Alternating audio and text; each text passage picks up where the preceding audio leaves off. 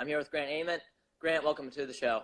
Thanks for having me on. Beautiful day out. Yeah, it's a great day out. No, we appreciate you coming on. We're excited to talk to you a little bit about your Penn State career as well as Decision to Go Pro and HEADstrong's Last Shift campaign that you're a part of today. I think it's really important to bring some light to that, how they're raising money for families affected by cancer and kind of what you're doing with that. So we'll discuss all of those. But first, I want to kind of talk about, on a more dismal note, your Penn State season was canceled. What was your thoughts going into that, when you got the news that spring season was canceled?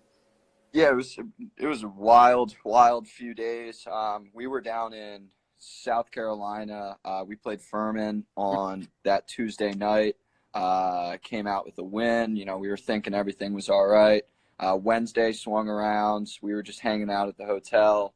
The news that the Ivy League canceled the rest of their season, came about. And, at that point, I kind of, saw the writing on the wall. And then, we were on our way home to State College, got the news, and it was a whirlwind of emotion, just because you put so much time and effort into the into it all, and so it was a crazy few days, but definitely I was one thing that I was grateful for that was with the guys when it all happened and we were with each other and we could, lean on each other, in some pretty vulnerable times. I mean, absolutely. Yep.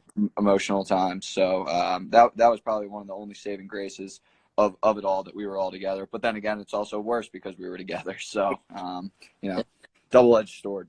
Yeah, we certainly feel for you guys, though, and your teammates and your fellow athletes too that were affected. On a happier note, though, what were some of your best moments from being in Happy Valley during your career at Penn State? Yeah, I mean that's a I could talk for probably a few hours about that. It's just so many good memories, and I think the biggest thing for me, and part of the reason why I came to terms with being able to forego that extra year of eligibility was just because we've come so far. I would say the journey is definitely my best memory. My freshman year, just the culture was certainly different, and it wasn't the expectation to win. It wasn't the expectation to be a great top 5 team every single year. And now that's the standard. That is what we're hoping to do year in and year out. So I think that's probably the best memory that I'll have, is just that process of trying to figure out how to gear the team in the correct direction. No, absolutely, and I think your legacy will definitely be felt, for future classes. Going off of that, though, you mentioned your decision to go pro. Kind of talk us through how tough of a decision that was, and what kind of finally made you make the decision to go pro. Yeah, I mean, it was a bunch of different things. I've dealt with bunch of injuries over the past few years, and they've definitely taken some wear and tear on the body and the mind.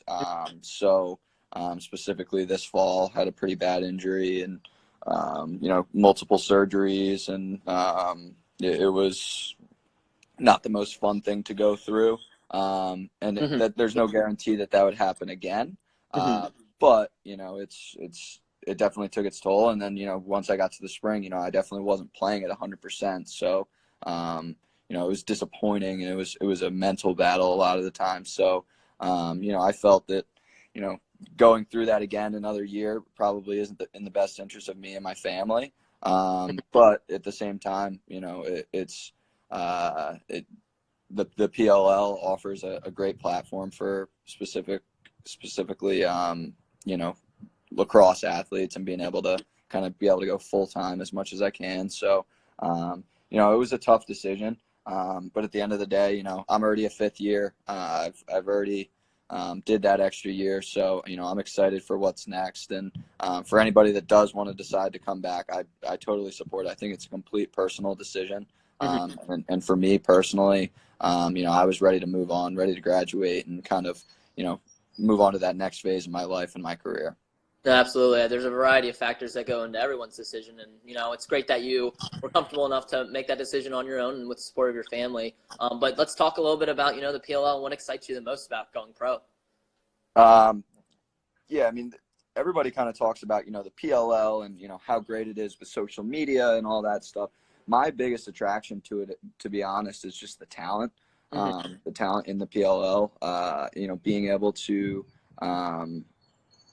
go on and play in the same field as some guys that I look at as idols. And guys that I truly modeled my game after growing up, and guys that have just done it at such a high rate of success.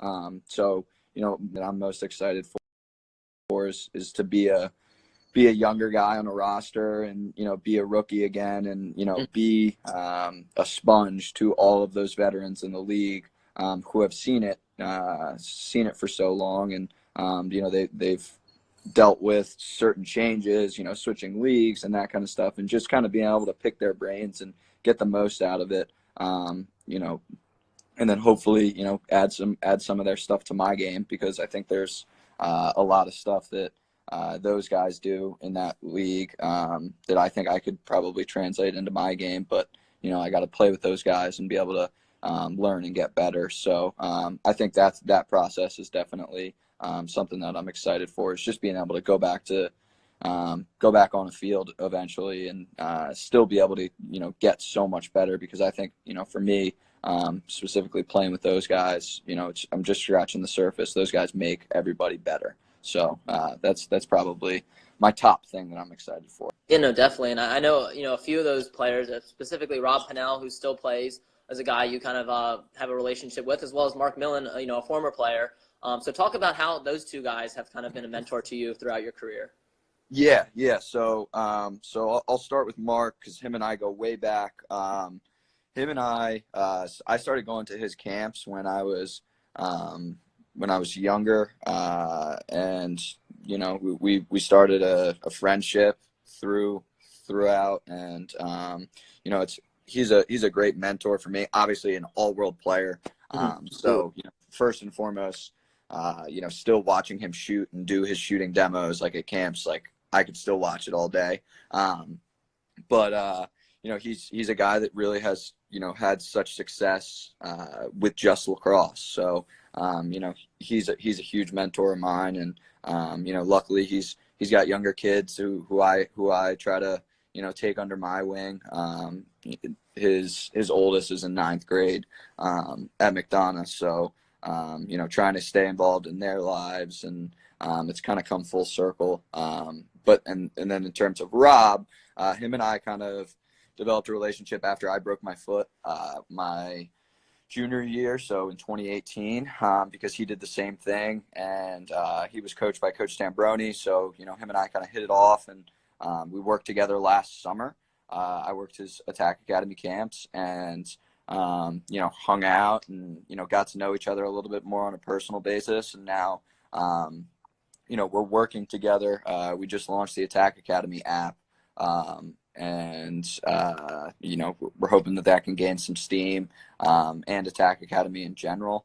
And then he's kind of just become more of a friend than I'd say anything. And yep. Him and I text probably every day, every other day, and just checking in or seeing how everything's going, or if it's just about business with the Attack Academy app. So he's been great, and he's just also a good soundboard for me. When kind of navigating these uncharted waters for me, it's definitely a tough thing to go about, and everything seems to be coming at me a million miles an hour. So I'm trying to handle it with as much grace as I can, but having guys like that in my corner and being able to kind of use them as resources has definitely been extremely helpful off the field. But I mean, on the field, those guys have molded my game. So, I try to be just like them. So it's pretty cool how it's kind of come full circle for me.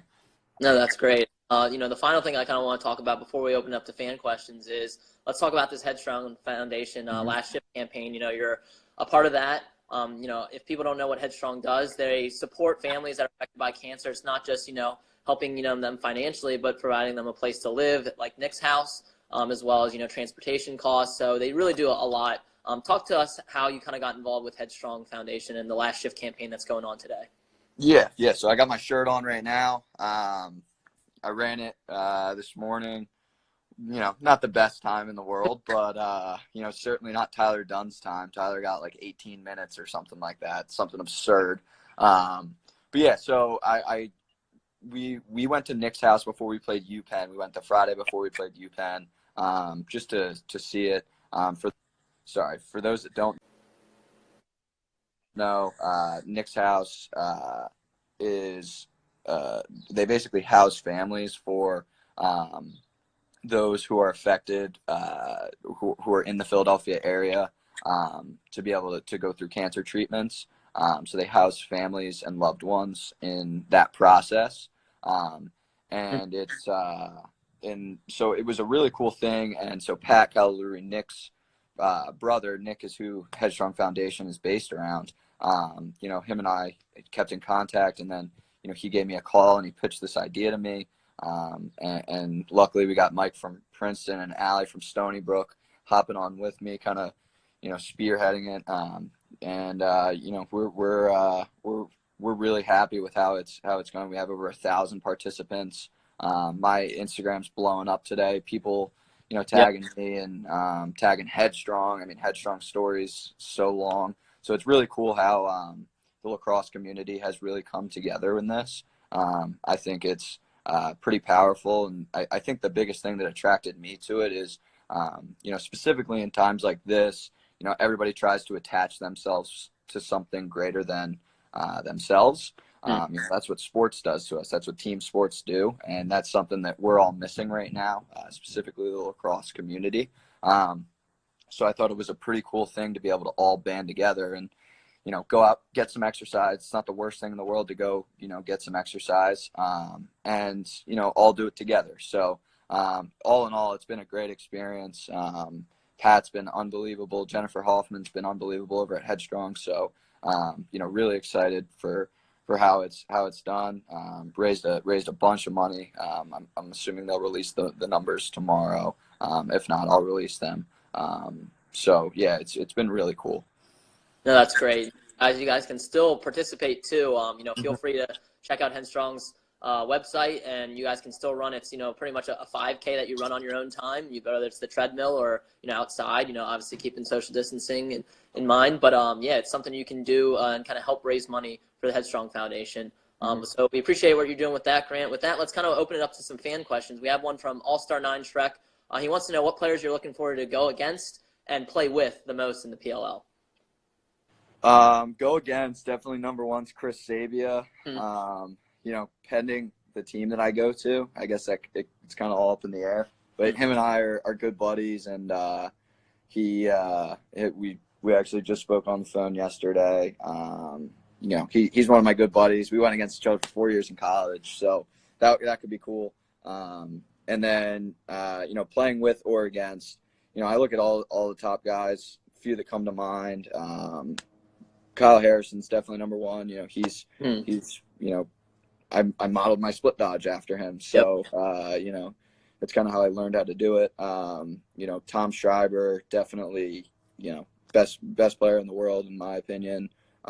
He's just unbelievable. And then, other guys, one of the coaches at Penn State, John Hawes. Hi, Chris. Yeah, he says it'll be all right, I guess. John Hawes is, he's on the Whip Snakes, and, he's a mentor of mine, and been coached by him for the last 3 years. So, guys who I have personal relationships with would definitely be pretty cool. And then, basically everybody, the talent's so good. But I would say those group of guys is definitely guys that, I always keep my eye out on. Awesome. And then we got MDog70 wants to know, what's your best advice for someone that wants to play in college or the pros? That's a very good question. Something that, I guess, 3 things that I always focused on when I was younger. One was my footwork. So I always had a jump rope and an agility ladder. Still have it in my basement. 2 was definitely hitting the wall. I went to Haverford, which is a school outside of Philadelphia, and we would hit the wall for an hour before school every day in high school for 4 years. And Chris Sabia was actually there with me. doing that stuff. So, different things like that. And then, the last one is just always being coachable, and always, putting yourself out there to be able to, get exposure towards coaches, and taking their advice and being able to do all those types of things. I'd say those three things are definitely the most important thing. But you got to make sure that your grades are good, and you got to be a good person first and foremost, because that's if you can't fit in with that, college coaches probably won't recruit you, just because you don't fit into their culture. No, absolutely. We have David Druha. What's your favorite sport besides lacrosse? To watch, definitely football. To play, I played soccer growing up, so I was a soccer guy. But to watch, definitely, college football is definitely my favorite to watch. Awesome. And then we got one more that we'll ask, and then we'll let you go, Grant. But Leah Plays Lax wants to know, what made you decide to start playing lacrosse? So kind of talk to us, I guess, when you first got a stick in your hand. Yeah, my older brothers started playing when I was before they basically, I was probably 4 years old probably. So, and I always wanted to be like them. So, I was dragged to their practices. My mom has old VHS tapes of them throwing me in the goal and shooting on me with no pads on. So a lot of siblings. Yeah, so I'm the youngest of three. I have twin older brothers, so they're guys that I always, still look up to this day, but always wanted to be like. So, it's that's kind of the reason that I started. And I always just and from that point on, I loved it. I love the free flow of the game. I love what it does for me mentally. I think it really clears my head. And if I'm bored, the first thing that I'm going to do is go out to my front yard and shoot, and or go to a park and shoot. So I think it's something that, for those that love the game, truly can relate to that. How it really is. It's almost a medicine in some ways. No, absolutely. Well, Grant, we appreciate you coming on, especially answering our questions and our fans' questions. We really love what you're doing with HEADstrong too. You guys can check out Grant. He's going to be on their Instagram live at 12:35. They're starting right now at 12 to go live, so they'll be live, I think, throughout the whole day. So feel free, if you want from Grant, you can see him there, as well as we're going to have Grant on our podcast following the PLL entry draft. So hopefully, everything goes well with that, and we're looking forward to having, Grant on again. But if you guys enjoyed this, feel free to check us out, check out our other episodes. We're going to post this on YouTube if you kind of came in late, as well as hopefully on our podcast too. We're going to start putting excerpts from this on our podcast as well. But Grant, really appreciate you coming on. Thank you, and best of luck, with everything, and especially with this HEADstrong Foundation Last Shift campaign. Awesome. Thank you for having me on. I appreciate it. Everybody get their 5K in today. Yep, get your 5K in. Support the cause, guys. You can sign up on HEADstrong. But this has been another edition of our Instagram Live interviews. I'm Hutton Jackson with Pro Lacrosse Talk, and I'm signing out. Thanks again, Grant. See ya.